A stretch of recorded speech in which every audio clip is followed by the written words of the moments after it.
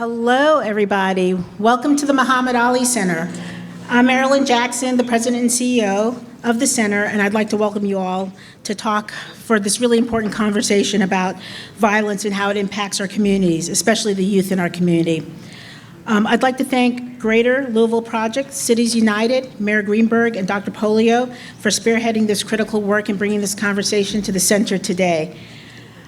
Last year, I started here. I've been here for a year now, and one of the first things we did when I started the Muhammad Ali Center was to launch a strategic plan process, and we adopted that plan. After 16 years of operation, we thought it was time to check in with our community, and we talked to nearly 100 stakeholders and asked them, what is their vision for the Muhammad Ali Center? And we really learned a lot from that process. We learned a lot, and that's all reflected in our new strategic plan, which takes us through 2025, which will be the 20th anniversary of the center. Our new mission is a call to action. It states that the mission of the Muhammad Ali Center is to mobilize the legacy of Muhammad, to foster respect, to inspire the next generation of change makers, and to promote social justice. Our vision is to foster a Louisville where all of our young people have the opportunity to achieve their personal greatness like Muhammad did. But we can't achieve that without investing in communities that have been disinvested and oppressed. We understand that building a safer Louisville will require a community to work together to dismantle systems of oppression and invest in the communities that have been most impacted by violence. Muhammad, he was a champion of young people, and he built youth voice into the fabric of our center. In fact, our longest standing program is the Muhammad Ali Center Council of Students, affectionately known as the MACS, that's been around for 20 years, even before the center was built. And it really is inspiring and cultivating the next generation of social change leaders. Many of you know them. They're your neighbors, they're your friends, they're your cousins. They're a phenomenal group of young people, and they come back and visit often, and the work that they're doing out in the world now is just amazing. And so many of them credit their time at the center for enabling them and empowering them to kind of forge ahead and build a community that they think is just. We also have launched a much more comprehensive youth development program this year. We call it the Champions League Youth Academy, and it's serving over 1,000 people this year. All of our programs are free of charge because we believe that investing in young people is the investment in the future of our community. So I'd like to thank the Greater Louisville Project for giving the Muhammad Ali Center a chance and opportunity to host this important discussion. We are thankful to our community and look forward to working with all of you to create healthy communities where young people can learn, laugh, grow without being afraid. And now, this is the second time in a year I've had the pleasure to introduce the Real Young Prodigies to the stage. So let's give a hand to the Real Young Prodigies.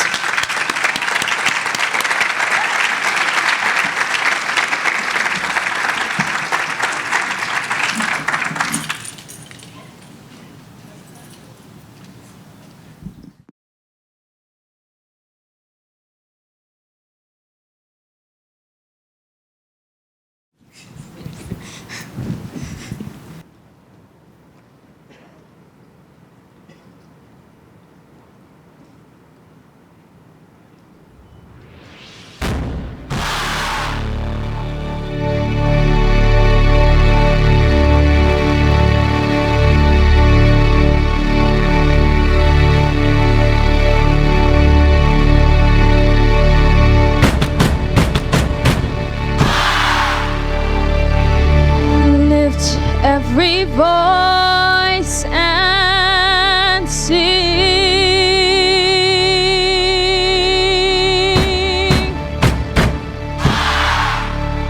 till earth and heaven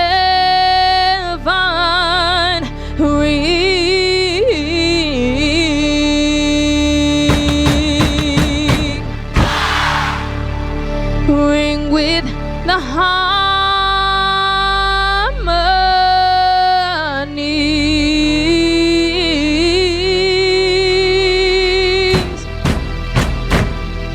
of liberty.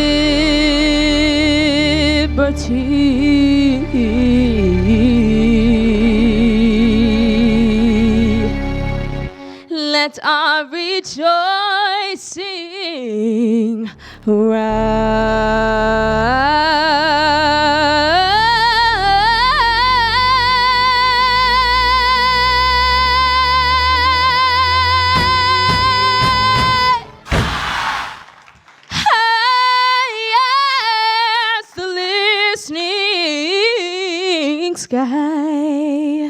Let us march on till victory is won.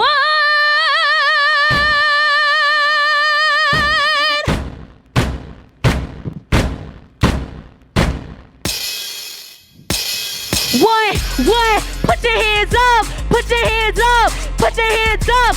What? Yeah. What? Put your hands up. Put them up. Put them up. Put them up. This ain't funny, so don't you dare laugh. This ain't funny, so don't you dare laugh.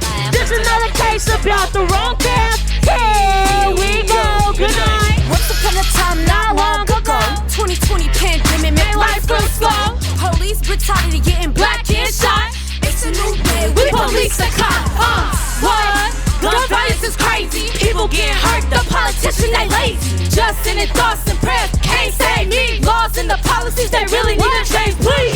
In the trenches, but it Came with a story. Somebody shot my friend in the chest With a 40. Please break the silence. Please stop the violence. Shooting and killing. Why are y'all wildin'? Pulling me over, they racial profiling. The mamas is crying, the system is smiling. It's a reaction, the people need action. We need much more than hashtags and captions. This ain't funny, so don't you dare laugh. This ain't funny, so don't you dare laugh. Just another case about the wrong path. What? Good night from the city of Brianna, last name Taylor. Our lives is a movie and this is a trailer. These holding guns always be on the run. This water's so cool, we can never have fun. People doing drive-bys, they throwing their gangs up. Every time we call for help, it's like they hang up. The system need to change up. Black and brown people are in pain. It's a shame, bro. Gotta see things clearer. Slide on the ops, cause the op is in the mirror. Hard to sweep it under the carpet. Even at the supermarket, Black people are target. What's the future for a black little boy? Cop shot the kid, he was playing with a toy. We tryna build what they tryna destroy. Your apologies, we the ones making noise. This ain't funny, so don't you dare laugh. What? This ain't funny, so don't you dare laugh. What? Just another case about the wrong path. Yeah. Good night. Make some noise.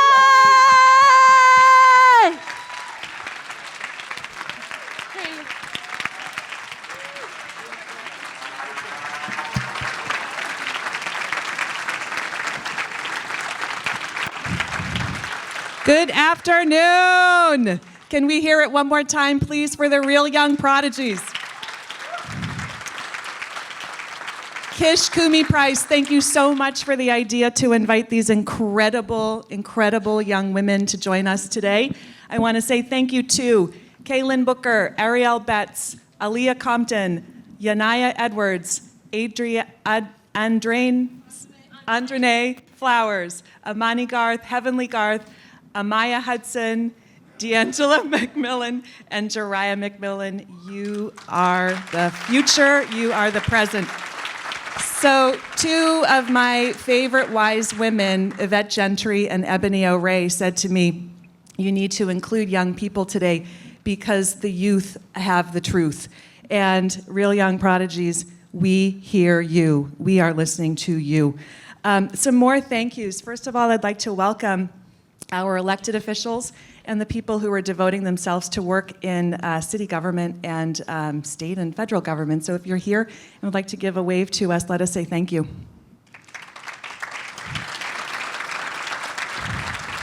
Next, if you are on the Greater Louisville Project's policy board, could you please give us a wave? It's our intention as a policy board. Thank you.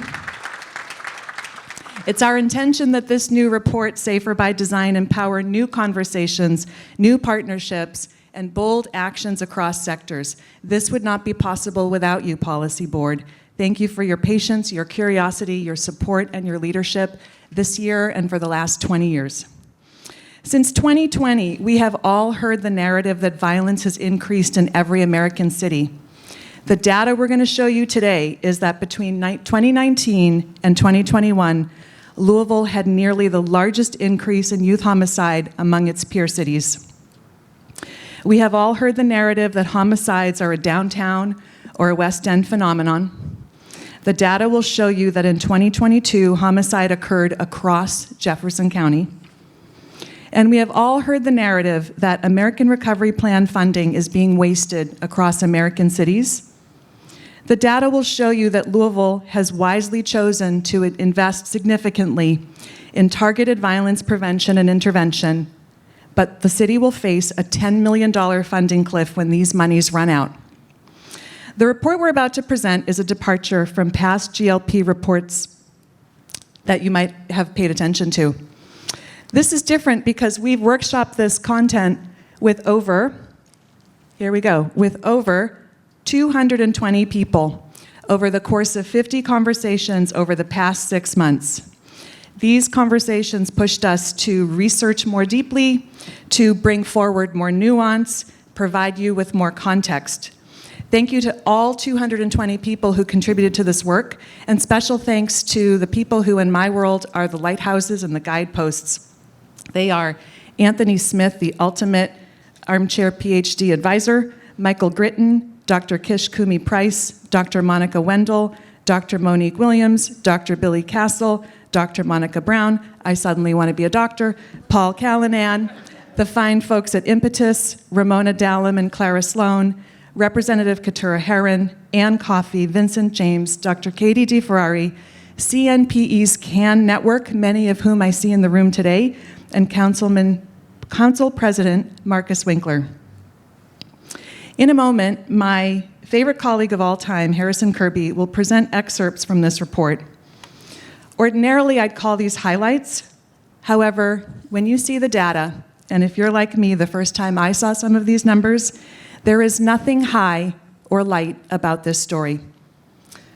Before we begin, I would like to acknowledge that the numbers we are about to share with you are not just plots on a line or bars on a graph. Every data point represents a human being in our community who is someone's child, someone's sibling, a friend, a cousin, a neighbor, a student. Harrison and I humbly offer our condolences to the families and the communities that have been impacted by homicide. It is our deepest intention that this report serve peace and healing in our city. Next, I'll turn over the podium to our GLP chair, Stephen Riley, civic leader, philanthropist, entrepreneur, and friend to so many of us.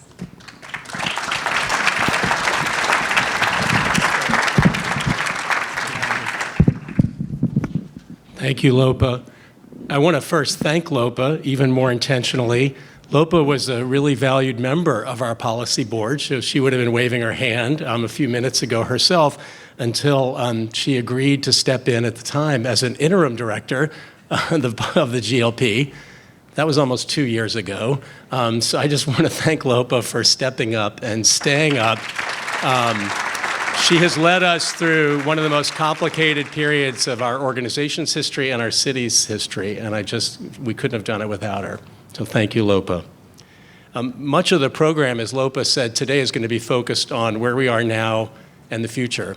So I'm going to take a little walk down memory lane, if you'll indulge me, because 20 years ago, in the wake of merger, the Greater Louisville Project was formed to use data to help catalyze progress in 4 critical areas of our city's future. And we did it in very specific ways. We always used data in comparison to other cities, so our city, after merger, would stop comparing itself to itself and not think we were doing better or worse just because the numbers were changing, but because we could see how we were doing in relations to others. And we always did it with the goal that we could use data to make others come together for collective impact, because we knew we couldn't make the difference it would take others. And sometimes data catalyzes change and progress. In 2008, we issued our famous education pipeline, which visualized a tragedy, which was that almost a third of all kindergartners in Jefferson County were not graduating from high school. And we said, that's not good enough. We can't let that happen here. So for the first time, all of the education institutions of our city signed a compact together, committing to change. 55,000 Degrees was formed. 15,000 Degrees was formed as an initiative focusing specifically on educational attainment for Black students.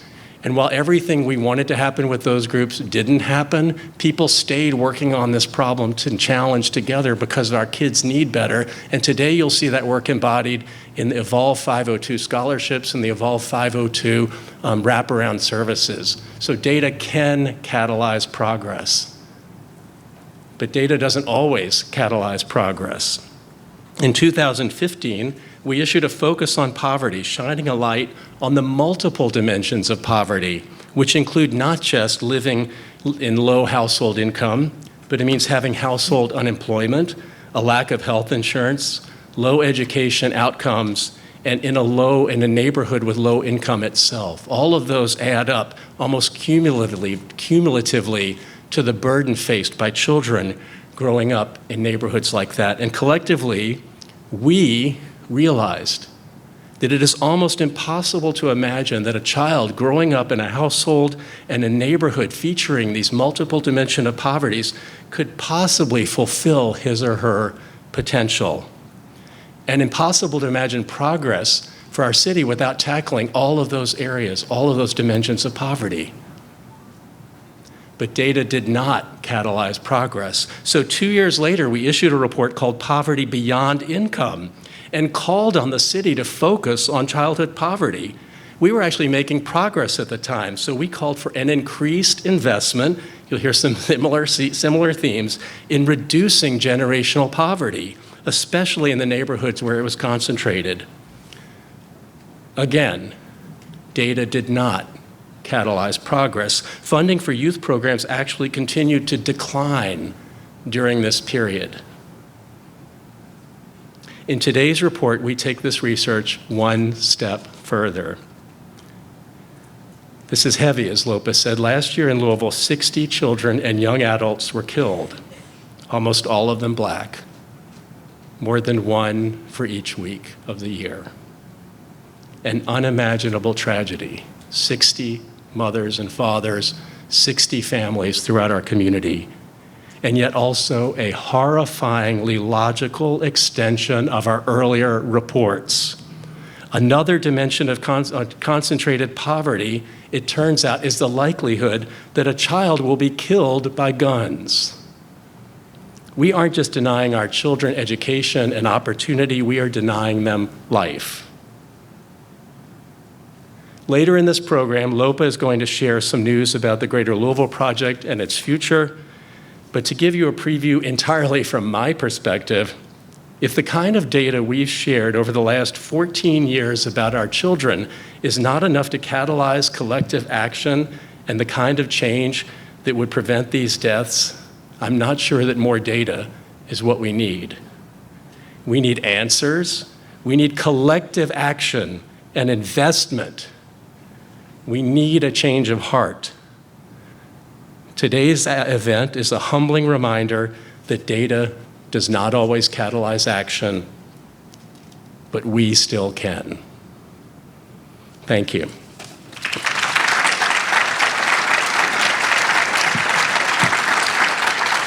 So next, I'm going to introduce our chief data scientist, the head data geek of Louisville and the Greater Louisville Project, Harrison Kirby, who found the Greater Louisville Project shortly after graduating from Center College almost 6 years ago. We could not have been luckier in that discovery. He has grown and learned and led, and we're just so grateful for Harrison's leadership, and I'm very excited to introduce him to you all today. Thank you.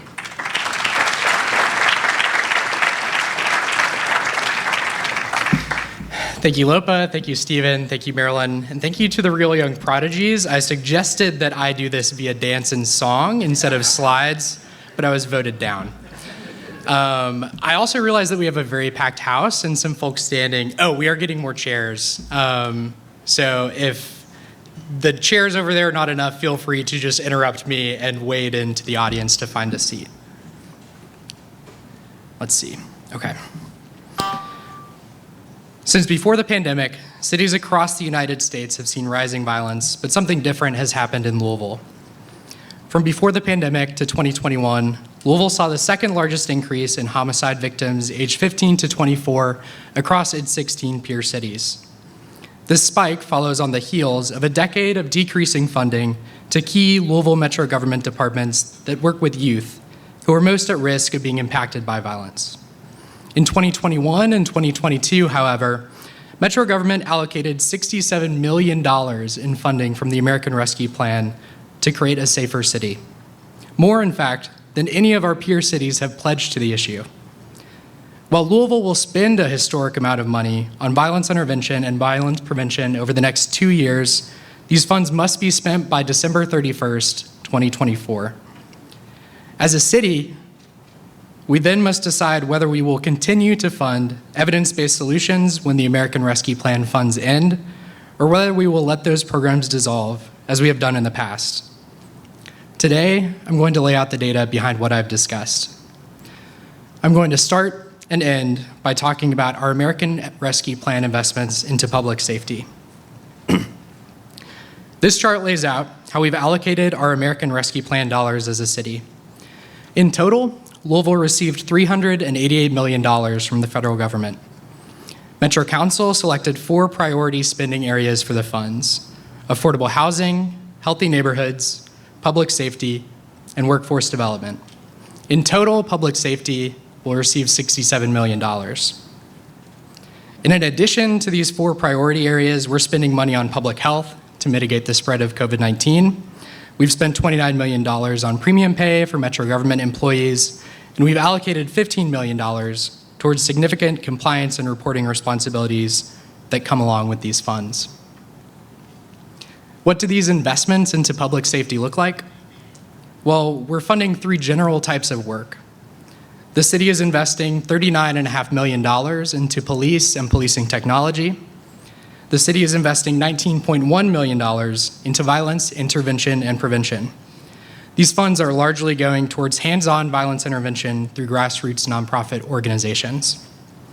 And the city is investing $8.5 million into youth development to ensure that all young people have the resources and mentors they need to thrive, and that those who work with young people are supported and resourced. It's important to note that these are the amounts specifically under the umbrella of public safety. But other projects like expanding access to safe and affordable housing or expanding access to universal preschool are also evidence-based methods to reduce violence. But today we are going to hone in on public safety. These investments have to address a huge problem. The epidemic of violence affecting young people has always been urgent and will always be urgent, but Louisville has seen disturbing trends unique among its peer cities over the last few years. This chart shows the number of people who have died due to homicide in Louisville, going back to 2004 and going through 2022. The number of people who died due to homicide surged in 2020, 2021, and 2022. I'm sure a lot of folks here are familiar with these numbers, and if anyone is incredibly familiar and sees some discrepancies between these and other numbers in the community, these are a combination of data from the CDC and LMPD. So as with all numbers, the story is true, but there's a lot of different ways to crunch them.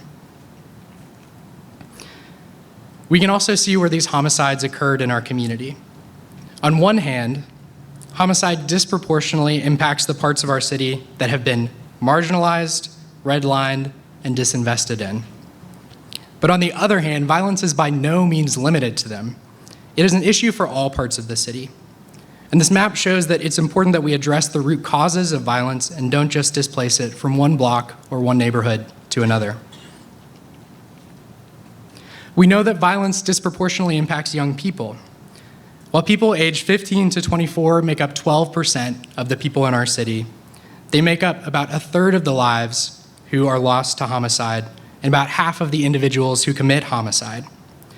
These numbers can change based on the year, the data source that you're using, but the point is clear that intervening to prevent violence requires us to ask, what are we doing for teenagers and for young adults? When we look at the result of all of this on our city, we see that Louisville is faring far worse than most of its peers. This chart shows the number of young people who lost their lives due to homicide in Louisville in 2021 compared to our 16 peer cities. These are cities like us, with the same demographics as us, with similar economies as us, facing the same challenges with the same resources, but coming out with a different result. Louisville ranks 14th, near the bottom of its peers, with 60 young people who passed away in 2021. In 2018, this number was not 60, it was only 21. A point about the data that I'll make is that this chart is adjusted for population, and when we compare Louisville to other cities, we have scaled up the smaller cities and scaled down the larger cities. But rather than show this as a rate per 100,000 people, we wanted to show this in terms of the number of lives. So this 60 people represents 60 people in Louisville, and we've corrected the other cities accordingly so that we can speak in those terms. The point of this data is not that we would be well off if we just ranked better. There is no good place to be on this chart. But my point is this: LOPA has made it, and I will make it again, that cities across the United States have seen rising violence over the past few years as disruptions to life and the economy has impacted lives and the systems that we've put in place to support young people. But the rising numbers in Louisville are far out of line with our peers. This rising violence has not impacted everyone equally. This chart shows the number of young people who have died due to homicide over time broken out by race. The orange lines show data for Black residents, the dark blue lines show data for white residents, and the light blue lines show data for Hispanic residents. The solid lines are numbers for Louisville, while the dashed lines show the average of our peer cities. Data for people of another race is not on this chart, but it will be available on our website. In 2021, of the 60 young homicide victims in Louisville, 55 were Black, 3 were Hispanic, 1 was white, and 1 was of another race. And of those 55 Black victims, 48 were young Black men. In our city, there are only around 12,000 young Black men in this age group, and 48 of them were victims of homicide in this year. To put this into perspective, a perspective that we're uncomfortably familiar with, since the beginning of the COVID-19 pandemic, 1 out of every 294 Louisville residents passed away due to COVID-19. But in 2021, a greater proportion, 1 out of every 252 young Black men in Louisville died due to homicide. When I was in the 8th grade, I was very determined not to wear my winter coat to school. I am not quite sure why. I did not think that it was very cool. But the explanation that I gave my mom was that there were no coat hooks in the back of the classroom. And my mom was not a helicopter parent, and she was not terribly involved in school, but that was her life's mission, was to get coat hooks put into the back of the classroom so that my excuse was rendered invalid. And I think of what she would have done if she was not worried about whether I was wearing my coat or not on the 3-minute walk, but whether I would be the person to pass away that year. I went to St. X for high school, and this is the equivalent of a young man in every grade dying every year, and then some. We are all here. Each of you is here because you care. And I don't want to bludgeon you with guilt, but I do want us to face the uncomfortable point that at the center of this is the age-old Louisville question, where did you go to high school? It explains how we got here, and it explains how things have not changed. It is unimaginable to me that if a young man in my grade at St. X died every year due to gun violence, that we would not have met this issue with the resources and the resolve necessary to fix it, trying all of the avenues available to us.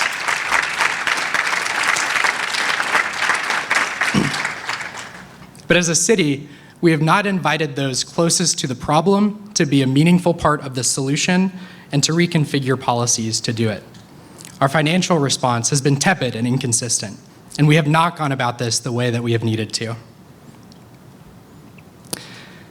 I am not suggesting there is one easy solution that we should have reached for, because life is far more complicated and difficult than that. But there are a lot of evidence-based approaches out there. So now I'm going to talk about what an effective, broad-based, evidence-based approach looks like, rooted in a public health approach to addressing the systems that create this problem. I'm going to talk about violence prevention and violence intervention. Violence prevention addresses problems in the larger systems that surround the individual. Creating a safer city in the long run requires us to think bigger than individual behaviors. In public health work, that means thinking of the social determinants of health, such as income and access to health care. In violence prevention, we think of this as risk factors and protective factors. Risk factors are characteristics linked with an increased likelihood of involvement in youth violence as victim, perpetrator, or witness. While protective factors buffer against risk factors, and promote positive youth development. We can think about these factors across different domains: individual, family, peers, school, and community. Examples of risk factors across some of those include chronic stress, residential instability, poverty, lack of access to experienced teachers, or limited economic opportunities. Examples of protective factors include high educational aspirations, positive relationships with adults, positive influence from peers, or neighborhood that is well-resourced and maintained. These are the kind of systems that reduce violence. We know that these factors are connected. For example, jobs, housing, and stress are inexorably linked. And all of them are linked to policies. While we might call specific city programs public safety, in reality, most policies and programs and departments are violence prevention. Building safe and affordable housing is violence prevention. Providing access to capital for Black entrepreneurs is violence prevention. Funding preschool programs that help all young children enter school ready to learn is violence prevention. And underlying all of this is systems of power. According to the Centers for Disease Control and Prevention, addressing the intersection of systems of power, policy, and protective and risk factors is critical for reducing violence. Systems of power include things like racism or white supremacy and sexism. Systems of power affect risk factors and protective factors that young people experience based on their identity. And they also determine who is able to interact with the policy levers and the resources that we need to change protective factors and risk factors, to determine which policies and programs get funded and where they go. And while violence prevention works to change these factors, violence intervention programs intervene between specific people and the protective or risk factors in their lives.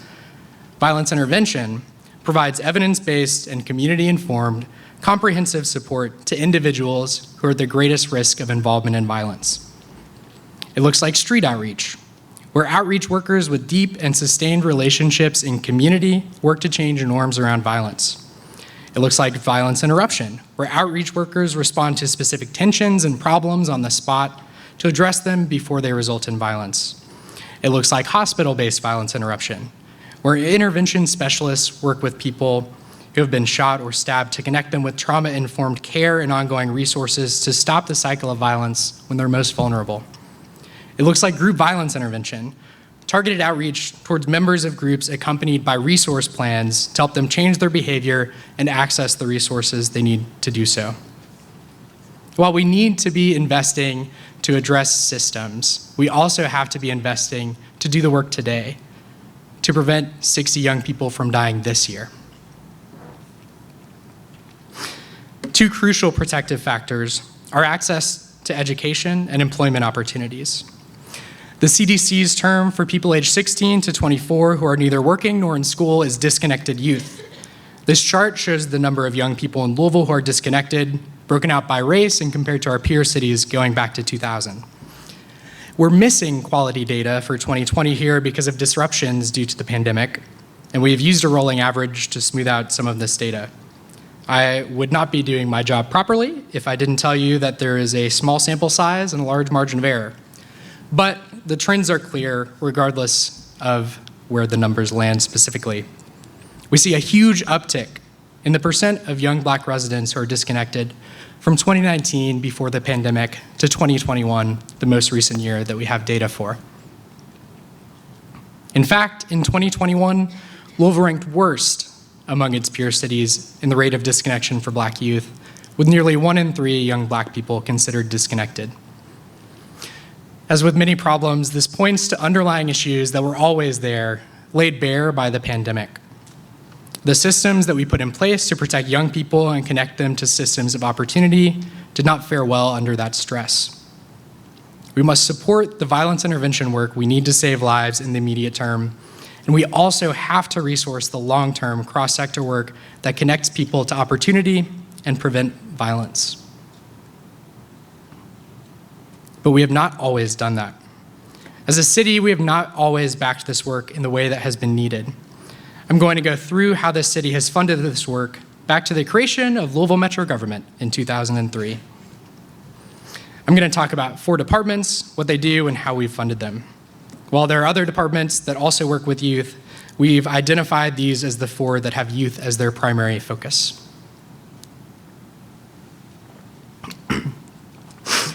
In an alternate version of this presentation, I would show you the budgets and we would poll the audience and see who could match them with the department. But that idea was also vetoed. We did not have the liability insurance for the amount of fun that would cause everyone. So sorry. The Office of Youth Development, which is now Youth Engagement Services, administers a variety of youth-oriented programs. Also included in this amount is funding for the Youth External Agency Fund, which provides grants directly to nonprofit organizations working with youth. This year, the External Agency Fund provided $642,000 in grants to youth-serving nonprofits. This chart shows the funding for the Office of Youth Development by fiscal year. The 3 bars on the right on my computer were a little bit lighter. There they are, just the full color here. So the point I want to say is that the 3 bars on the right are 2024, 2025, and 2026. I cannot see into the future. So what those bars mean is that's what will happen. If we give them the same amount of funding from the city, if they get the same amount of funding from the state, from private donors, but funding that's going to them through American Rescue Plan goes up and then goes down without being replaced. The other point that I should make is that these are fiscal years. So we're currently in fiscal year 2023, but fiscal year 2023 goes from July 1st, 2022 to June 30th, 2023. Okay, I think that's all of the caveats you need to know. So back to the data. The Office of Youth Development was much larger in the early 2000s. And in fact, the Youth External Agency Fund, which provided resources to youth-serving nonprofits, was about 3 times larger than it is now, adjusting for inflation. The Office of Youth Development was defunded following the economic recession, and we have only recently begun to provide more resources and revive a dedicated Youth External Agency Fund in the last few years. The next department I will go through quickly is Kentuckiana Works, our local workforce development board. They administer a variety of programs to help people enter the workforce. Some that you might be familiar with include Summer Works, which helps connect high schoolers to valuable work experiences, and The Spot, which is focused on reconnecting disconnected youth to employment. Only a portion of their budget is focused directly on youth, and that is the portion that I have included here. Shout out to Michael Gritton for talking to me on a Saturday night to help me sort this out. Kentuckiana Works received its highest amount of funding following the recession. But the amount of funding that they have to work with young people generally declined from 2011 to 2019, and they've received only limited expanded funding to work with youth in recent years. The next department I'll show you is the Office for Safe and Healthy Neighborhoods, which is our city department that administers violence intervention programs. Ocean was created in 2004. Shout out to Anthony Smith, our founding director, who you will hear from later. After growing for a few years, their budget and staff were slashed in 2019 during the pension crisis, when Metro government had to contribute additional dollars toward the state pension fund. While Ocean's budget is rapidly expanding now, as you can see, it's projected to crater after the ARP funds are exhausted. When it comes to violence intervention, this is where most of our dollars are going towards, to implement programs, to train staff, and to build relationships with young people. And a huge chunk of this funding is moving to community through grants, through grassroots nonprofit organizations. This is where the largest cliff is. Lastly is the Youth Detention Center, or Youth Transitional Services. While Louisville used to pay to detain young people in Jefferson County, the city decided to close down the Youth Detention Center during the pension crisis as a cost-saving measure, so those youth are now detained by the state. Young men go to Adair County, and women go to Campbell County. Youth Detention Services became Youth Transitional Services, and now the role of the department is to transport youth into state custody rather than to house them. Whether youth detention funding should be prioritized over other options is a question larger than I can answer for you today with my charts. Especially given tragic deaths recently in our city's Department of Corrections, the challenges facing our justice system are huge, and they're larger than what I can just crunch for you. But in speaking with community members who have worked with young people, we've heard time and time again the importance of young people being connected to their families, being connected to community resources. And in fact, there was a JCPS school in the Youth Detention Center that not only kept students at pace with their peers, but helped them catch up. So all that being said, whether you think it is a good investment or not a good investment, when we cut this funding to pay our pension bill rather than direct it towards other youth services, I think we can count it as a disinvestment. If you add all of those bars up, this is what you get. We see funding to these 4 departments peak back in 2011 following the Great Recession, and we see funding bottom out in 2021 following the pension crisis. Then we see funding skyrocket this year and next year due to American Rescue Plan dollars. Looking backwards from 2011 to 2021, the amount of investment flowing through these departments decreased by 38%, around $9 million. City funding only makes up a part of this, and in some areas, Metro government filled in decreasing funding from other sources. But overall, the city's contribution fell by 28%, while general fund revenue grew by 8% over the same time period. Now, I am required again to tell you that correlation does not equal causation. The world is far too complicated to attribute the spike in youth homicide in 2021 to this $9 million difference. But my point is this: the time when the need was greatest, our support was the weakest. So here is the issue today. The expansion we're seeing now is based on one-time American Rescue Plan funding, and these dollars are going to go away.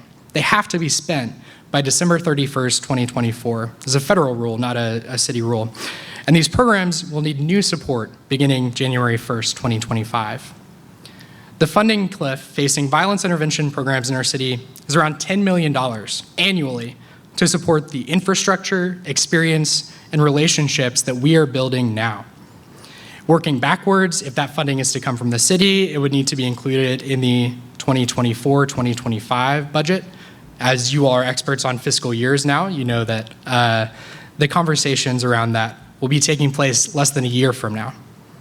Whether you think that this funding should come from the city or other places, whether you think that it should fund city employees or go to grassroots organizations, whether you think that we need to start with violence intervention or employing opportunity youth, we know that there is a coming need that we have to be thinking about now.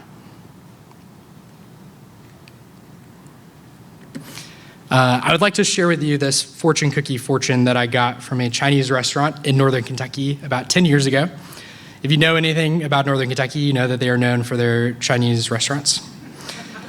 It lives on my desk, and I read it most days, and it says, "The future belongs to those who believe in the beauty of their dreams."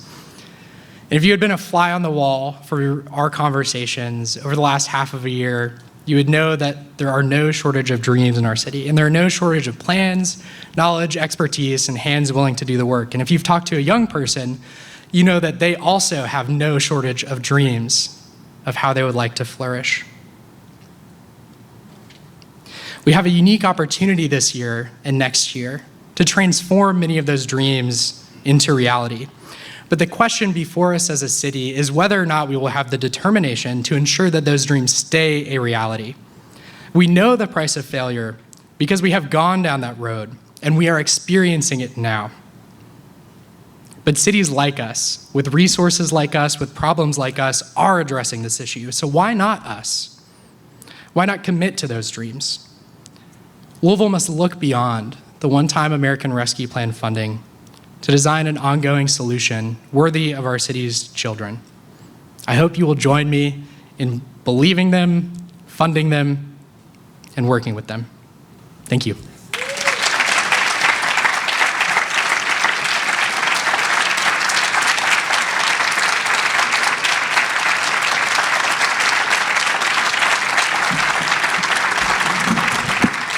I don't think I've ever seen a standing ovation for a data presentation, ever. If you've gotten a standing ovation for a data presentation, I apologize for not being there. Harrison, I wrote down thank you for your incredible work and dedication. What I want to say is thank you for showing us what it looks like to give absolutely everything you have and everything you are to be of service to this city.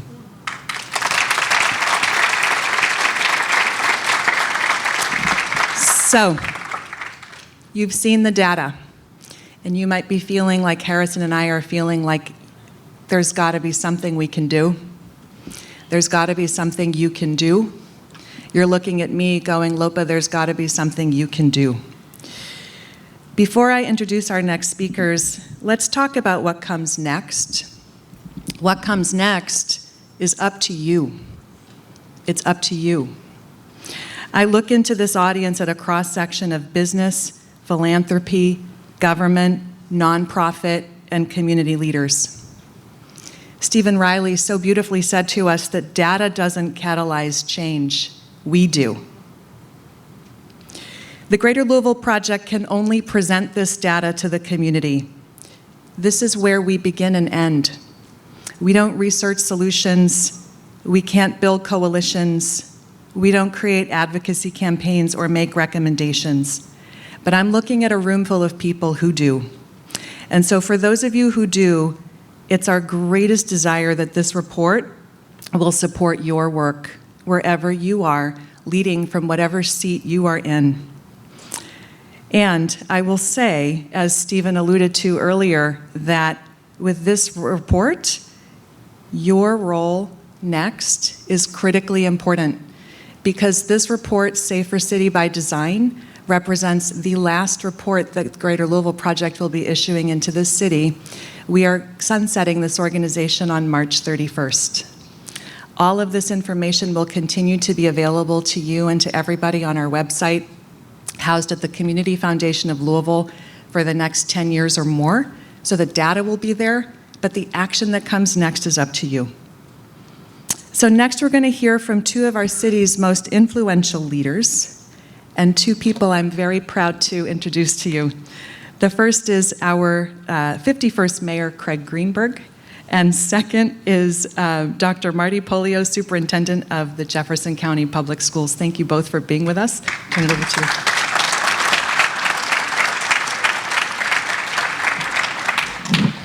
Thank you, Lopa, Stephen, Harrison, everyone with the Greater Louisville Project for helping highlight, continuing to highlight critical issues facing our community. Stephen, as Lopa just alluded to, you said earlier that data has not driven progress in our community nearly enough. What we're talking about here today is far more than data. This is real life. These are real people. These are our kids. We have and we must continue to take action. A year ago today, I was almost murdered. A year later, I still don't know why or how I survived. But I know what I'm focused on doing. As mayor, I'm focused on working every day, every night, for a Louisville in which no child, no young adult, no one period chooses to pick up a gun and cause someone else harm or even worse. A Louisville in which no son, no daughter, no mother, no father, no friend has to suffer as the result of gun violence, as the victim, as a survivor, or as a grieving relative. So working to end the tragedies impacting our disconnected youth is and will continue to be our administration's top priority. Over the next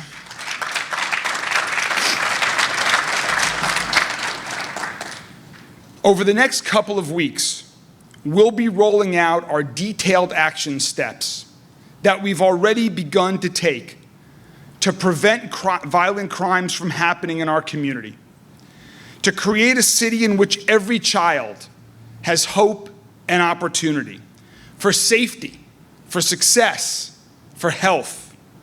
A city in which every child is connected, is supported, is loved, not just on Valentine's Day, but on every day.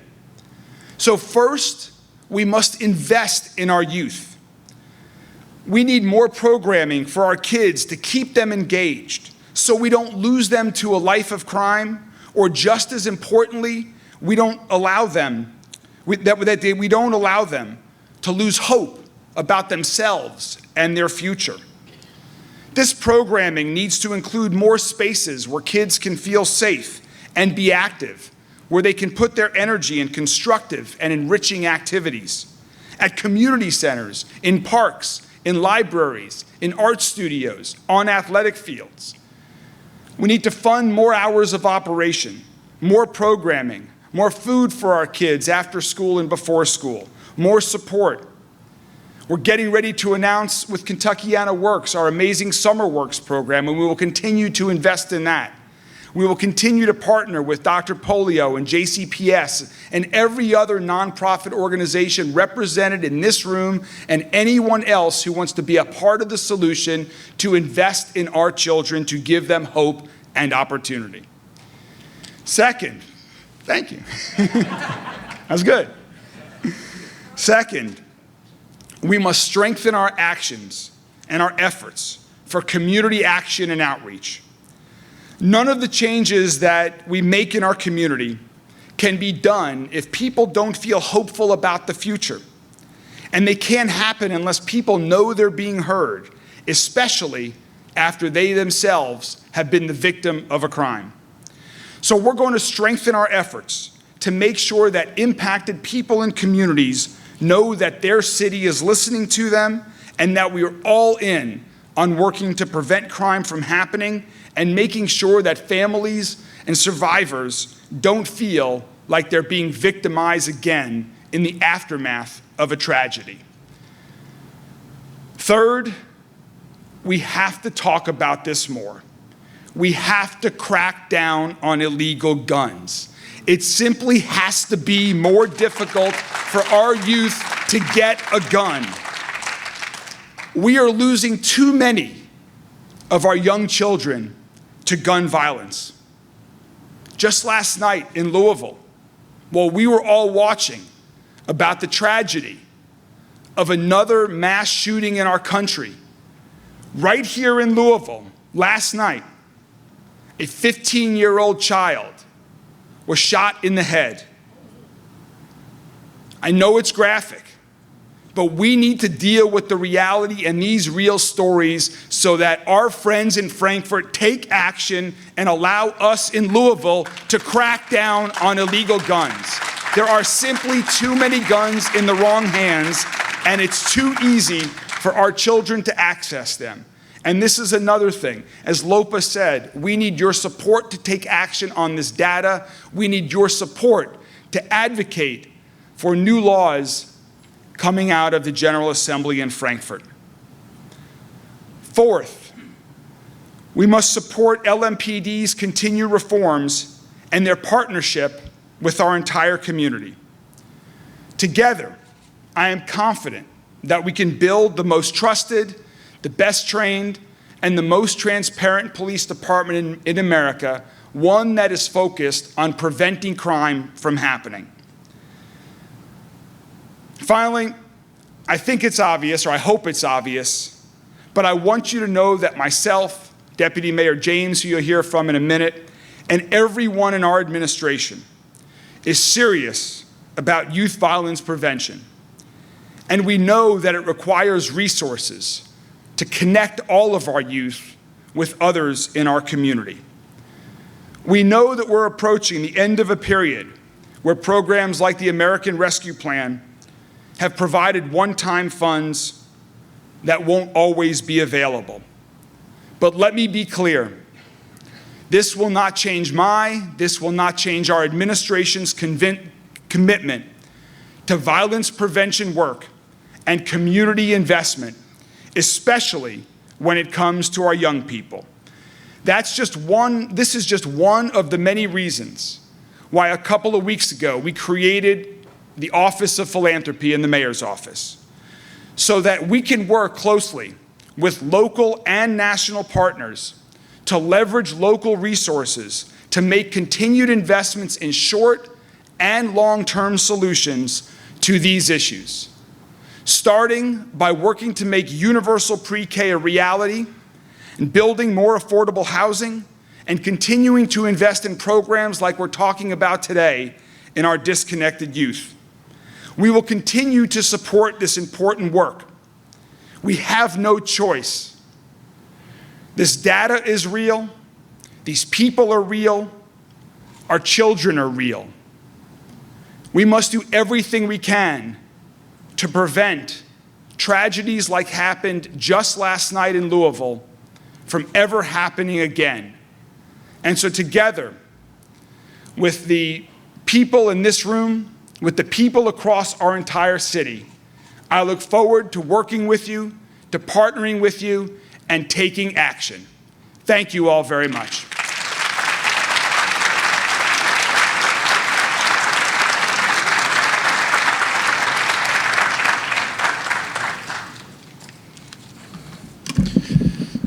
Good afternoon. Thank you for being here. Marty Polio, Superintendent of JCPS. First of all, I would like to recognize again young prodigies. Talk about connected youth. Stand up. Come on, stand up. Great job. I've watched them grow up over the past 5 or 6 years, so very impressive. They are examples of successful connected youth because they connected to such a powerful program. The data here today is obviously very sobering. It is something that we've been very aware of and we have seen in our community, and it's definitely impacted our schools. I can tell you firsthand, being a principal for 10 years, multiple times, dealing with a school community and family where one of the students had been shot and killed in the community. And it is devastating to the school community. Obviously devastating to the family, but the school is impacted as well, as those educators inside that school truly care for every single young person in their school, and it is devastating.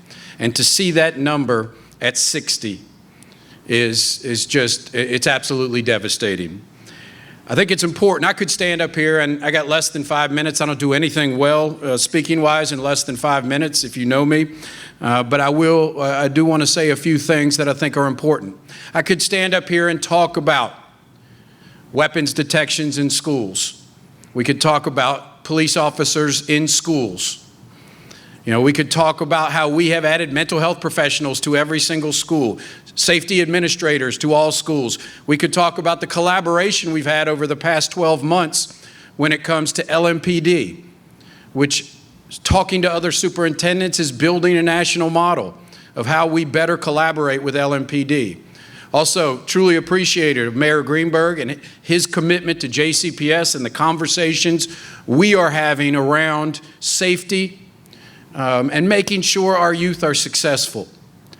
But I really want to talk about is what I think to be some root causes, some things that have to be addressed from someone, not just superintendent, but who's been in JCPS, high schools especially, for 26 years. And some of the things that I have seen changed in those 26 years. And they really surround 3 things. First and foremost, we must address a major issue, which is poverty. We must look at poverty as the issue here. In 2007, I was named principal at Jeffersontown High School. Free and reduced lunch in JCPS was about 54%. Today, free and reduced lunch in Jefferson County Public Schools is 70%, 7 out of 10 students. And so we're right about, let's just use easy math, 100,000 students then and now. And so in the spirit of saying, let's put the actual, the numbers on it, we are talking about 15,000 more students in JCPS that live in poverty. And when we talk about free and reduced lunch, that's a wide range. From my anecdotal experiences, though, the deep poverty is extremely disturbing. On Friday, in elementary schools just west of here and just east of here, the faculty and staff will be packing backpacks full of food for our students to take home for the weekend, because they may not have another meal until Monday morning when actually we don't have school Monday morning, until Wednesday morning when they come back to school. And that is something as a community we should say should not happen. Let me be more specific. The free and reduced lunch of black students in JCPS is 83%. Only 17% of black students in JCPS do not qualify for free and reduced lunch. If there's not a call to action around what we need to do as a community, that should be it. Secondly, disconnected youth, without a doubt, has risen substantially, as I think the data has shown. I think JCPS is doing some great work around the academies of Louisville, making sure that learning becomes relevant.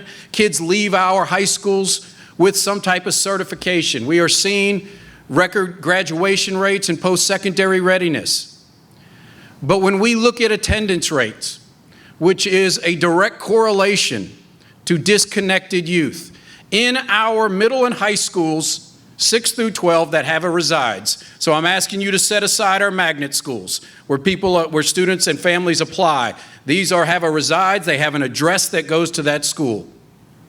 45% of the students in our grades 6 through 12 are chronically absent. 45%.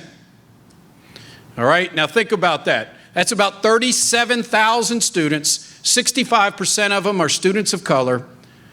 And we have 45% of the students chronically absent. What that means is they are missing 18 or more school days a year.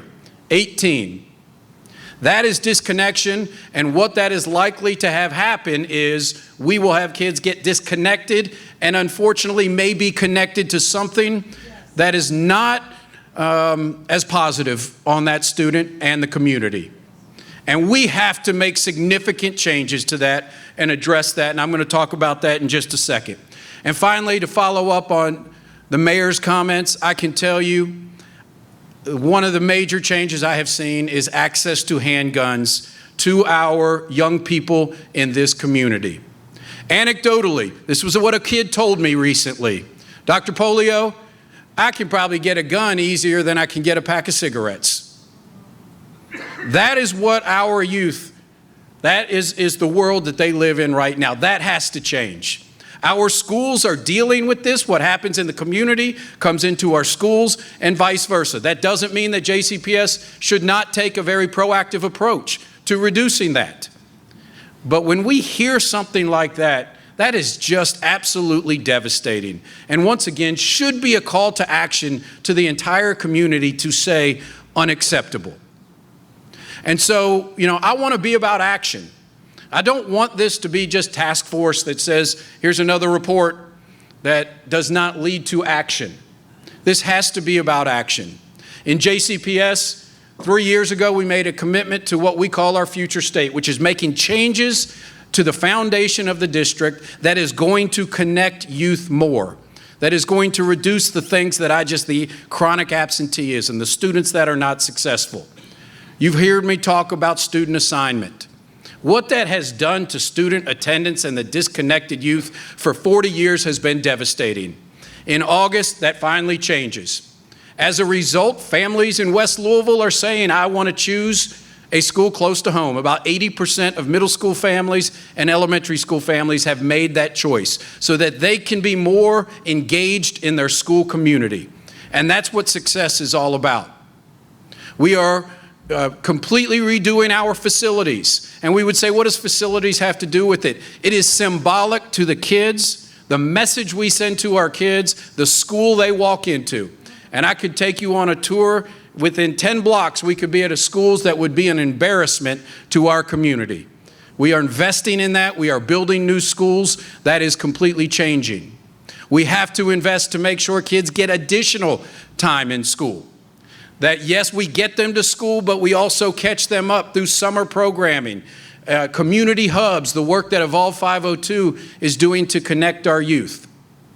And finally, a major change will be rolled out tomorrow. You will hear about it tomorrow, and it will be very controversial. Right now, it will be, trust me. Right now, we have 2 start times in JCPS, 7:40 and 9:05, 7:40 for all middle and high school students. You ask, what do start times have to do with anything? The research is clear on it. When we have young people, adolescents, grades 6 through 12, starting school at 7:40, catching a bus at 6 in the morning, it is not healthy for students' mental health. It is not healthy for their attendance. It negatively impacts them in many ways. The research is very clear on it. It really is. And when kids aren't in school, they get disconnected. We have been putting kids on a bus. If they miss the bus at 6:15, they have no way to get to school. This is I can say attendance issues, it's on us and many others, but it's on us to fix this. And so we are going to move 30,000, if it passes, we are going to move 30,000, 6 through 12, our highest need students, in our resides high schools that I just told you about to 8:40 a.m. That is a change that must happen. But we're going to need your support, because we will not be successful if we don't have kids in school. Ask any educator. You don't have them in the classroom, you won't be successful. If they're sleeping when they get there because they only got 6 hours of sleep, you're not going to be successful. We must make this change. But here is the problem in our community, folks. And we will hear this. I've already gotten emails. I don't want to change start time. My child is fine. That's what I get. And this will be a major adult issue, because this changes start times for 96,000 kids and adults. But if we truly care about our kids and what's happening, we will make this change and continue to make all these changes in our future state that will change outcomes for kids. Thank you.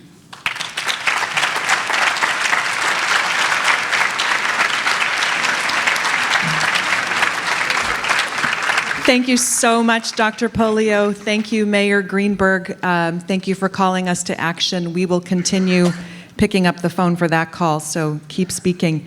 We're now going to have a quick panel, and so I invite our panel of community leaders and experts to join us on the stage. Our facilitator is Anthony Smith, the CEO of Cities United, who is working with cities across the nation to reimagine public safety and build roadmaps to safe and healthy communities.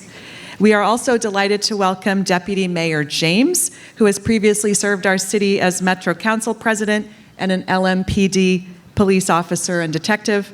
Yvette Gentry, the first woman to lead LMPD and the current Director of Resident and Community Safety for LDG Development. Stephen Riley, who you met earlier, and who also funds the Riley Reentry Clinic for criminal record expungements at the Louisville Urban League.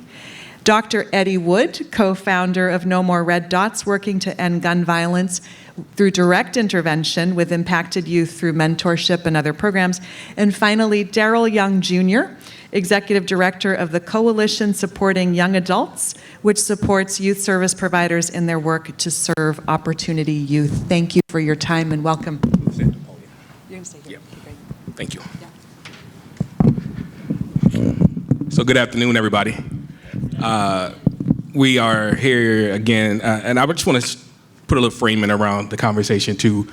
Before we start, if you are anybody who does outreach work, violence interruption, are working with young people who are at risk, can you please stand?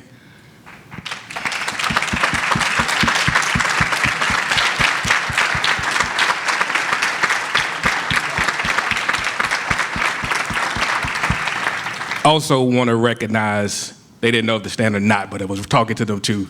I got a lot of my team members from Cities United are here. A lot of the folks who do the Russell Place of Promise initiative that you all know about. Can I get you all to stand?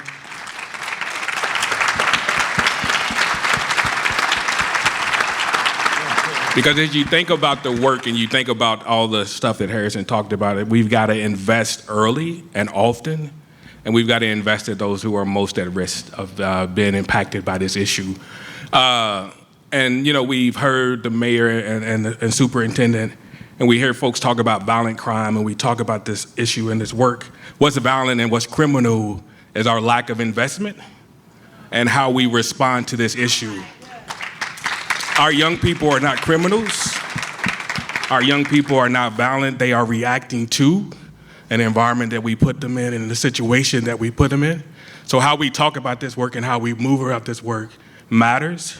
So I just want to be clear about that, right? So we've got to talk really clearly about what violence is and what criminal is, and it's how the systems impact our young people and impact the communities that they grow up in. So with that, we got a quick panel, 20 minutes with a bunch of amazing people who have been at this work with a long time with me, and I've been following them, and they've been guiding me.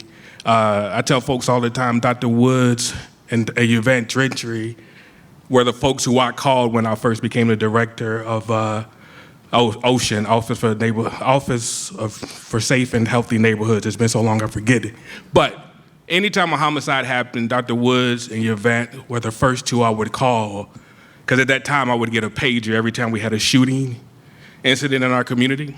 They kept asking me if I wanted to keep that on my phone. I'm like, yes, I need to understand what this disruption feels like, not just from the young people, but for the community. So I needed to know throughout the day that 15-year-old that the mayor talked about, we would have got that notice. And it was important to know because it helped us inform how we moved and how we act. I also want to say that this is not a new conversation for Louisville. In 2013, a lot of folks in this room, under the leadership of Dr. Blaine Hudson and Dr. Nesbitt, created a report that says 42 recommendations for how Louisville can reduce community violence and protect our young people. If you have not seen that report, if you have not read it, it is still just as relevant today as it was when it was released. We, again, have just underfunded and underutilized expertise in this community to move the work forward. So please go back and read that report and understand that we have moved some, but not enough. And we need to continue to move. So I'm gonna turn it over to this group of folks and just ask you all to, one, respond to the data that Harrison and the Greater Louisville, your reaction, just your gut reaction to that. And then talk to us a little bit about what we need to do moving forward. And I'm gonna start with Gentry and move down the line. Because I think the first two are the two, besides that, the Woods who can hold the room for a long time. So I'm gonna start with y'all and move it down. So Gentry. I think it's a tragedy that we are still having this conversation in 2023. It really is. Those of us, I remember when I was at the mayor's office in 2015, I said, just give me the same amount to work with kids that you use for dogs. At the time, I had $224,000 in Office of Safe and Healthy Neighborhoods and $4.6 million in Can you say that numbers again? $224,000 at the time is what we had to work with young people, and Animal Control Services had $4.6 million at the time. And I'm a dog lover, yes I am, but I love my 4 sons more than anything in this world, and every mother loves their sons, right? So some things just don't make sense, and we can't make sense of it. But I will say, you know, this is about what are we gonna do going forward, right? We have buried too many of our children. There's a few things we can do. Disconnected youth is not working and not in school. Parents, cousins, aunties, if you have a 15 to 24-year-old that's not working and not in school, get active in violence prevention by connecting them back to school and making them get up and get a job. Ladies, we have got to encourage our young men to get out there. Those are hours that they're going to be a lot safer, and those are short-term goals that we have to have for ourselves and for our young men. I will say this too, philanthropy. There's a lot of heads of philanthropy in this room. You are required to give 5% of your money every year in order to maintain your status. Give 1 extra % for the next 10 years in this city, and we can make up the gap that we're going to lose from the American Rescue Plan. That is not too much to ask to say, let's give 1 more % for violence prevention for the next 10 years. That is an easy lift. You got a whole year to figure out how you're going to do it. Get after it. And the same thing with the city. We have got to stay engaged. We have got to know who our leaders are. We have got to vote our interests as a community, and we have not done that. Still, people call me the morning of a vote trying to figure out what judge do I vote for, what this person do. Who is letting these kids out? Who is not holding people accountable for killing our young people? We don't like to talk about that either. People spend more time in jail, in our jail, the data's there, for no insurance than they do for killing a young man. And that is unacceptable.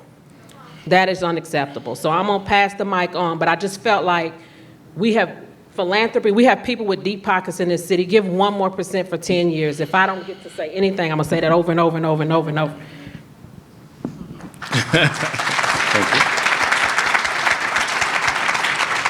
Hello, everybody, and I'd just like to echo everything that Yvette just said, and add to that. I think that it's, first of all, thank you for the report, and thank you for your passion for that report. I was watching the numbers and looking at that, and fortunately, you had given me a preview to that, so I didn't pass out. And so, but I would also say it should have been expected. The way that we have in the past addressed these issues of youth violence and gun violence and disconnected youth throughout a long period of time in our city has not been the best. And if you don't invest in it, it shows that we're living through it right now. And so, you know, I think that it's very important that we as a community decide that we as a community want to do something different and we want to do something better, and that we all have to decide that the entire city is responsible for that. You can't look at the map and go, well, that only happens over there, so that's not my problem. It's our problem. These are our children. And so if we don't believe that it's our problem as a city, then we don't have a city. So we have to invest, participate, and act like it matters, because it does. As the mayor said, this is real. These are real children. And so we have some very dedicated people that are out on the streets trying to do the work that Anthony was just talking about. And they need our support. And these children need our support. Dr. Polio needs our support. The mayor needs our support. And if we cannot rally around each other and our children to get that done, then we will not succeed. But I know that we can. We just have to do it. Thank you.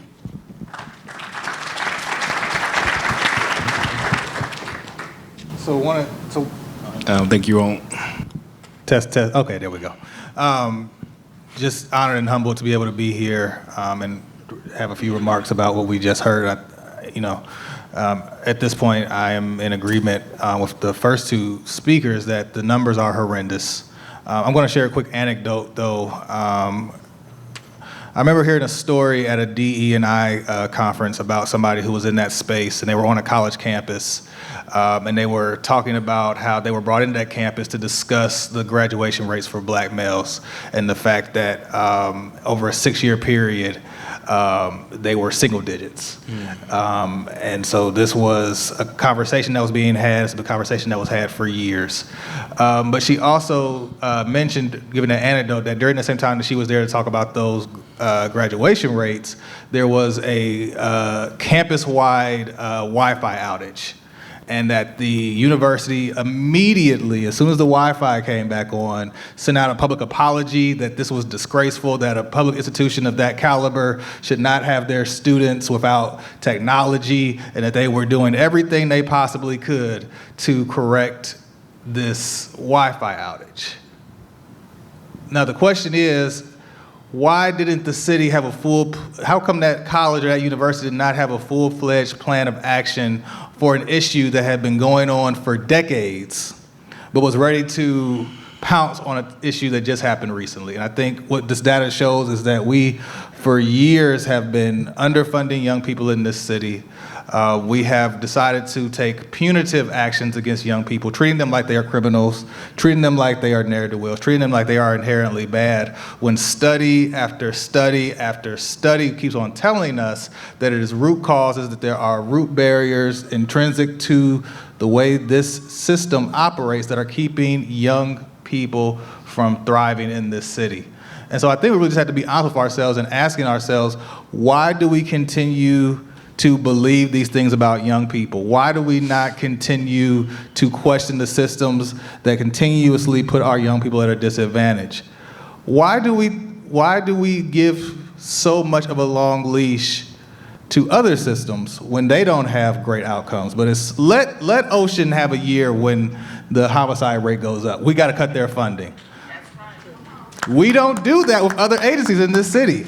Other agencies who are tasked with doing the same exact work get increases when numbers go bad. But when community outreach initiatives, youth initiatives, let my office, who receives funding from the city, let us not have great numbers. We'll talk about a cut in funding.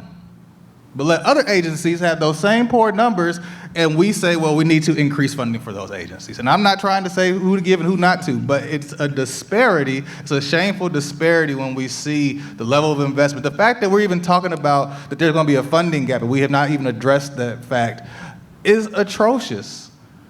If we're going to have a real conversation, and to Dr. Polio's point, and not just have another report, we have to make some long-standing codified investments in young people, and it cannot just be lock them up. And I just want to make sure we're on the same page, Daryl. When you're talking about young people, you're talking about young black people who have been underinvested in. And when you're talking about other agencies, you're talking about LMPD, whose budget continues to increase. Yes. Okay, just want to make sure we're on the same page before I turn it over to Dr. Woods. Dr. Woods. Oh, mine works. Yes, sir. You know yours work. Right. Okay, the numbers were very reflective of us not caring or paying attention to our children. That's what it meant to me. I think a lot of what we have to understand is that not every kid is trying to be thug life. We have to stop being afraid of our children. We are afraid of kids because Spooky Electric has told us to be afraid of them. Spooky Electric is that little box you watch every night to get the 6 o'clock news. And that spooks us into doing like we do. The other thing is that it's a lot of kids that want to get out of situations that they've been in for a minute. They're in kind of deep, but they don't know where the exit doors are. So through No More Red Dots programs, and primarily the Operation Hope Mentorship Program and Peace Through the Arts, we go in and get them out. We try to find a way to get them out, but it's way too many kids. And we don't have enough people. So we need you. This is like the most awesome posse I've ever seen in my life. Everybody's deputized. So what we need to do is, as a community, decide that we're gonna find out where the exit doors are, and we're gonna help our babies get out of there. I ain't gotta say nothing else. Before you go, Stephen. I'll be really quick. Can I do something real quick before you go, Stephen? I think one of the things, so I just want to put 5 points on a couple of things too that Dr. Woods talked about. No More Red Dots has been around for 30 plus years, doing this work on pennies, trying to save kids' lives, and we have found all kind of reasons not to fund No More Red Dots and programs like No More Red Dots. And if we truly want to protect our kids, save our kids, reduce these numbers, and not see another slide, Dr. Woods should be having the resources he needs to do the work that we know is important. And that work needs to be flexible and nimble, because this issue is flexible and nimble, right? It changes all the time. And it's, again, criminal of us to not fund an organization that puts their lives on the line every day. The folks who stood up, who said they do outreach and they do conflict resolution, those folks we've lost in Baltimore, there were 5 people who died over the last 2 years doing that work. Dr. Woods knew those folks. This is a life-saving, frontline work that we need to support, and support it in a way where we pay them well, we give them benefits, and we give them the resources that they need to do the work that they do every day. So I just want to make sure that we understand what we're talking about. This is not just talking about the Louisville, the city needs to fund more.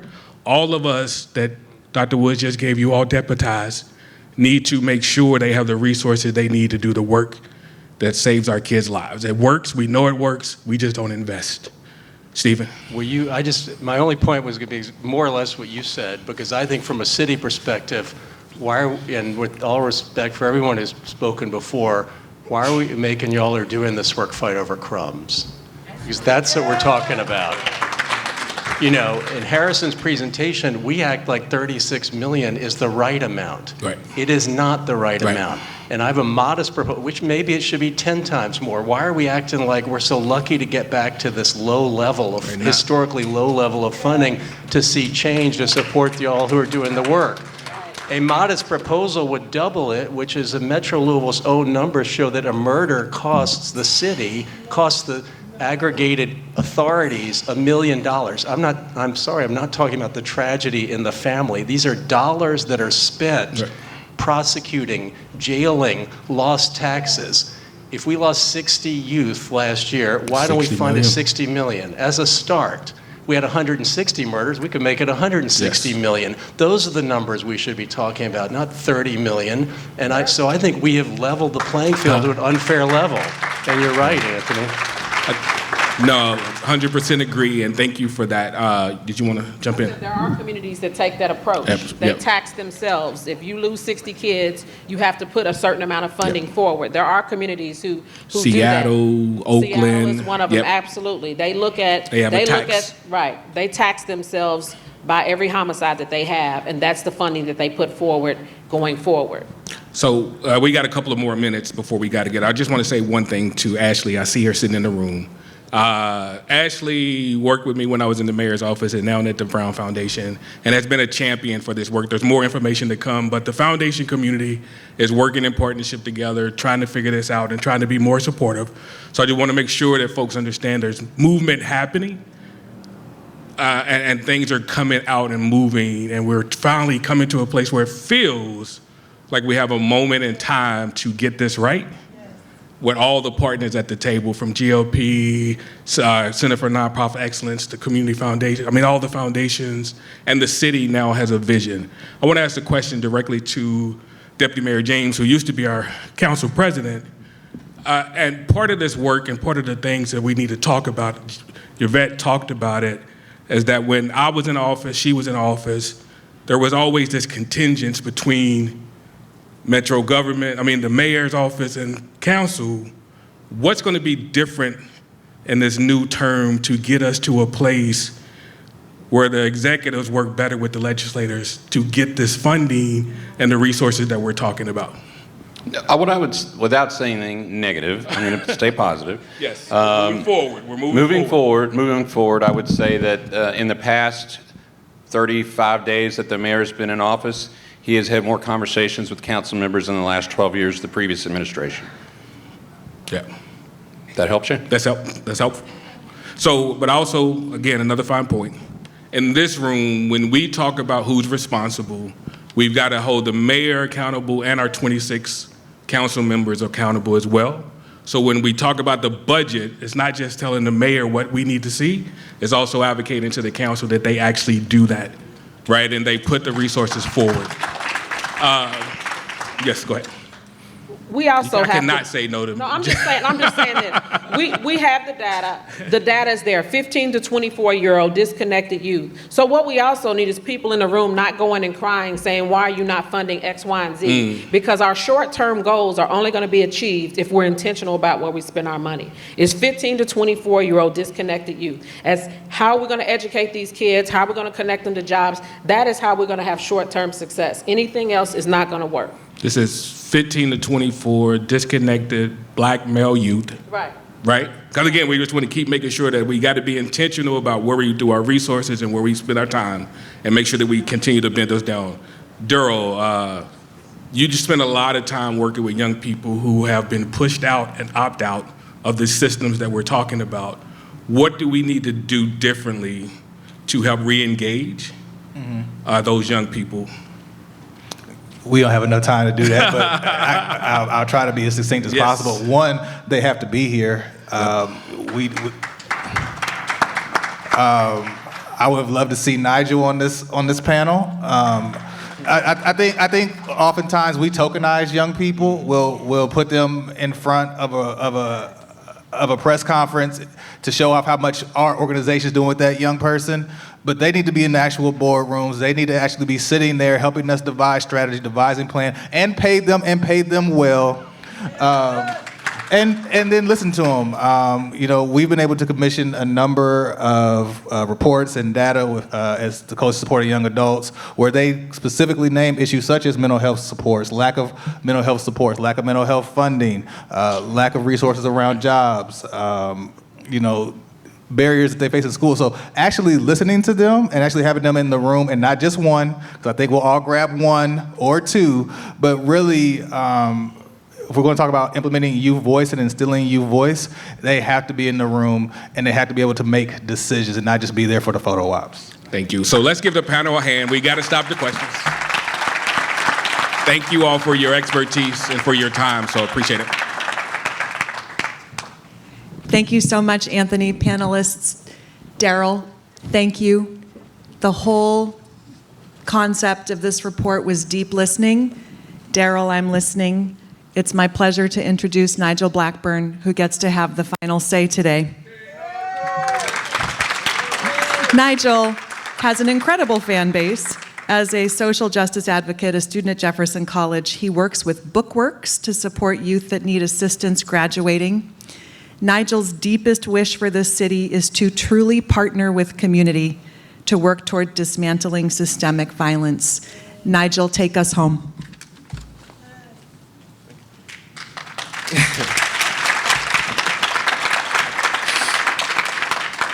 Thank y'all.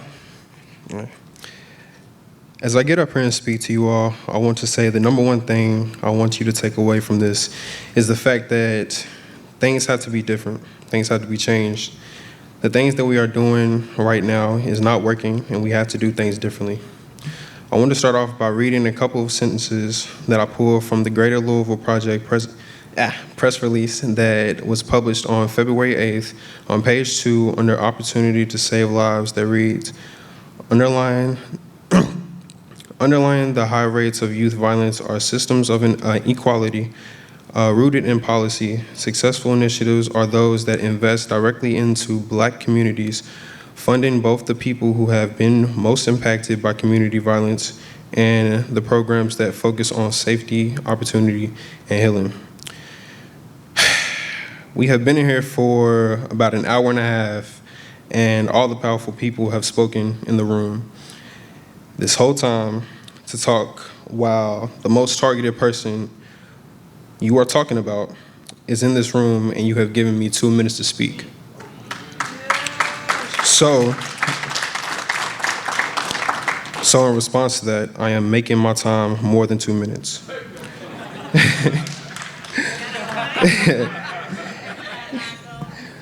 The people most impacted have to control the narrative, and people must realize that in order to get to true change and understand the violence we are discussing, then you have to listen to the people that are being affected by it.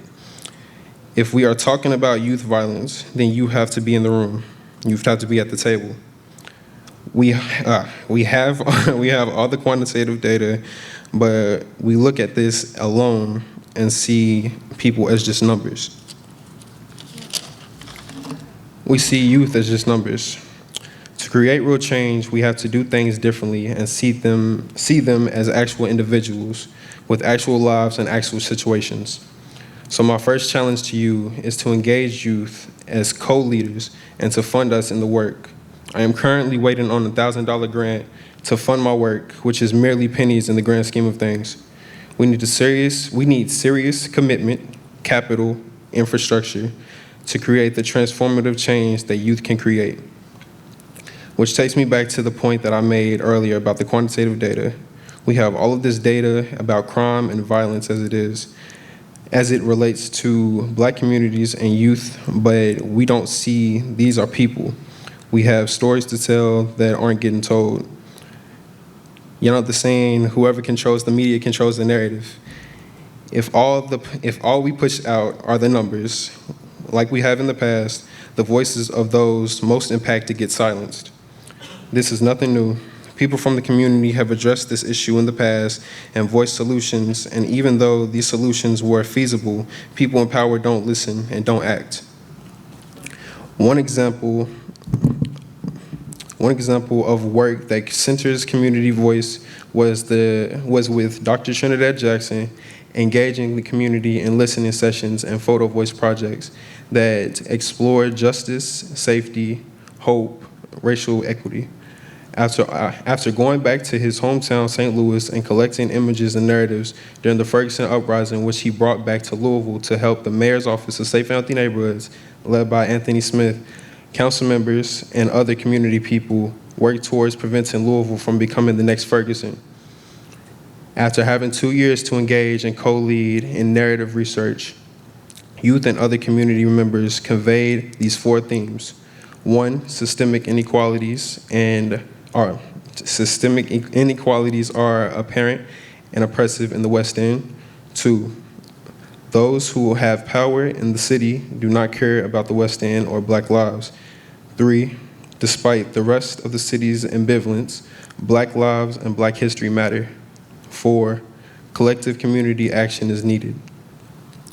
Another example that centered directly impacted youth was the Youth Violence Prevention Research Center, known as YVPRC, that was also created by Dr. Jackson, Dr. Monique Williams, Dr. Monica Wendell, and others, that gave youth the opportunity to be heard fully and to be educated on critical consciousness, positive racial identity, and the fact that it's not just about interpersonal youth violence. It's just one of the components that lead to a bigger issue that is structural violence. And the youth were supported in critical social action to fight against structural violence. And they were also were supported with their transformative ideas for creating the types of communities they would want to live in. What we have learned in this work is that we shouldn't use the term youth violence to name the issues, because it reinforces the narrative that youth have created and own the violence that they are impacted by, when in largely is structural violence and the pillars of white supremacy that have created these toxic conditions. A prime example of this is developers coming in and marginalizing affordable housing. You have Black youth and their families being disproportionately impacted and have to look for non-traditional ways of surviving in a society that is proving that it doesn't care about them. I am one of those youth. So I challenge you to take everything I've said, listen, learn, and really learn from the community and the people that are making true change. Also, I mentioned earlier, I am employed by the Bookworks. As a result, I am creating a collaborative project with organizations all over the city to address educational barriers. And so I want to also challenge you and ask of you for your support and power to help me in this progress to make this work what I know it can be, which is life-changing for youth. As I wrap up, I want to go back to what I mentioned earlier. Earlier, I mentioned some research themes that were created by community between 2014 and 2016, and the community emphasized oppression, power, imbalance, and collective action. Now living in 2023, where is the prioritized agenda that addresses these things from 9 years ago?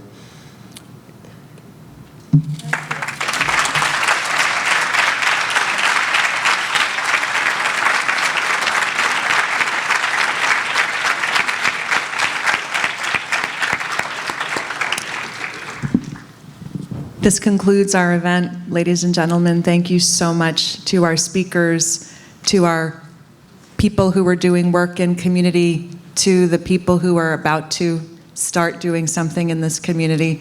We're so grateful that you were here today. You have a QR code, which will take you to our online report. There's more data on the website as well that goes beyond what you'll see in the report. We invite you to share. Share this as widely as you can, and may this inspire great action toward peace in our city. Thank you.